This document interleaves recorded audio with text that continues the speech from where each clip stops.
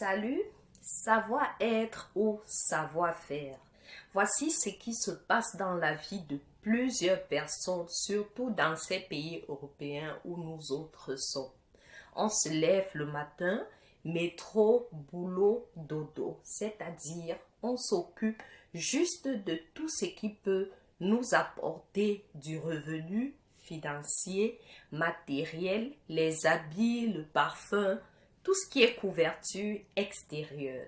Et c'est ainsi que beaucoup d'entre nous, peu importe là où nous vivons, c'est beaucoup plus en Europe, mais en Afrique, en Amérique, en Asie et partout ailleurs, beaucoup ont copié ce style de vie, le savoir-faire. Le savoir-faire, qu'est-ce que cela signifie? Cela signifie que tu te lèves le matin, même en prenant déjà ton petit déjeuner ou en t'apprêtant pour sortir, ton esprit est déjà dans ce que tu feras de la journée, dans ce que le chef aura besoin de ta part. Tu es déjà en train de réfléchir comment est-ce que tu vas tout faire, mettre en place ton énergie, ta joie, tout ce qui est en toi afin que ce que tu aies à faire, que tu le fasses bien et de manière parfaite.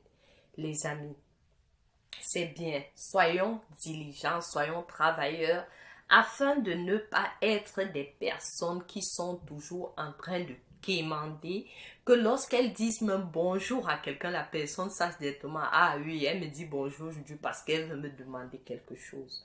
Soyons travailleurs, ayons le savoir-faire, mais en dessus, par-dessus cela, sachons aussi être. Avant de faire, sachons être. Que signifie être? Qui est ce que nous sommes? Est-ce que notre travail nous définit? Est-ce que la valeur que nous nous portons nous-mêmes est définie par ce que nous faisons? Pour reconnaître cela, regardez lorsque vous êtes agité, lorsque vous n'avez pas fait quelque chose.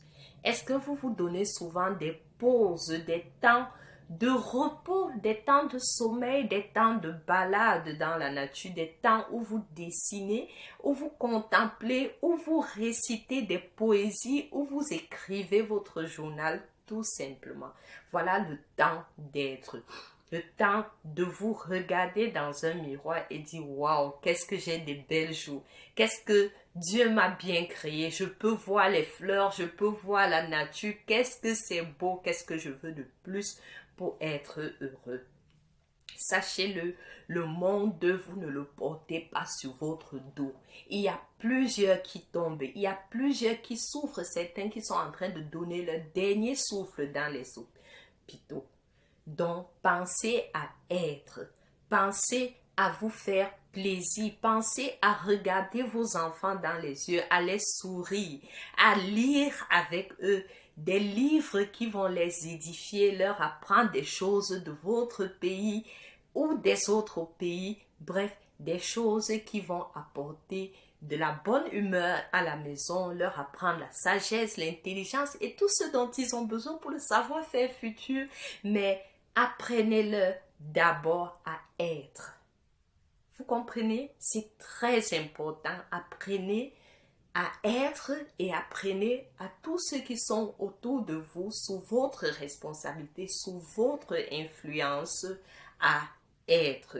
Lorsqu'on est, alors on se réveille avec un sourire, on dit un bonjour avec un sourire, on va travailler avec un sourire parce que le travail ne nous définit pas. Le mariage ne nous définit pas. Le nombre de voitures, de maisons que nous avons construites ne nous définit pas. Notre mention à l'école ne nous définit pas. Ce qui nous définit d'abord, c'est qui nous sommes, quelle est notre identité. Alors donnons-nous à nous-mêmes de la valeur. Levons-nous, rendons-nous chic, faisons-nous propres, rendons notre maison belle et attrayante pour nous-mêmes avant d'attendre le jour que d'autres personnes nous visitent et de faire aussi pareil. Pas seulement le jour que d'autres te visitent, alors tu commences à faire fonctionner, parfumer partout parce que tu veux paraître, parce que tu veux fonctionner parce que tu veux faire. Je vous encourage, les amis, à être. Soyez d'abord vous-même. Soyez reconnaissant que vous êtes en vie. Soyez content que vous soyez en vie. Partagez cette bonne humeur autour de vous. Soyez heureux tel que vous êtes. Et si vous n'êtes pas heureux, réfléchissez quelque chose que vous pouvez faire pour vous-même, pour que vous puissiez sourire. Même après votre travail, allez faire une marche à pied d'1 heure. Et voyez un peu tout ce que vous pouvez voir encore et soyez content. Prenez un jour de congé. Voyagez. Sentez-vous heureux d'être sur terre. La vie est très courte pour vivre triste ou pour juste fonctionner. Soyez vous-même. Soyez fiers de vous. J'espère que ces conseils vous ont intéressé. Veuillez vous abonner à ma page pour plus. Je vous encourage à être avant de faire. Savoir être passe avant savoir faire. Merci bien.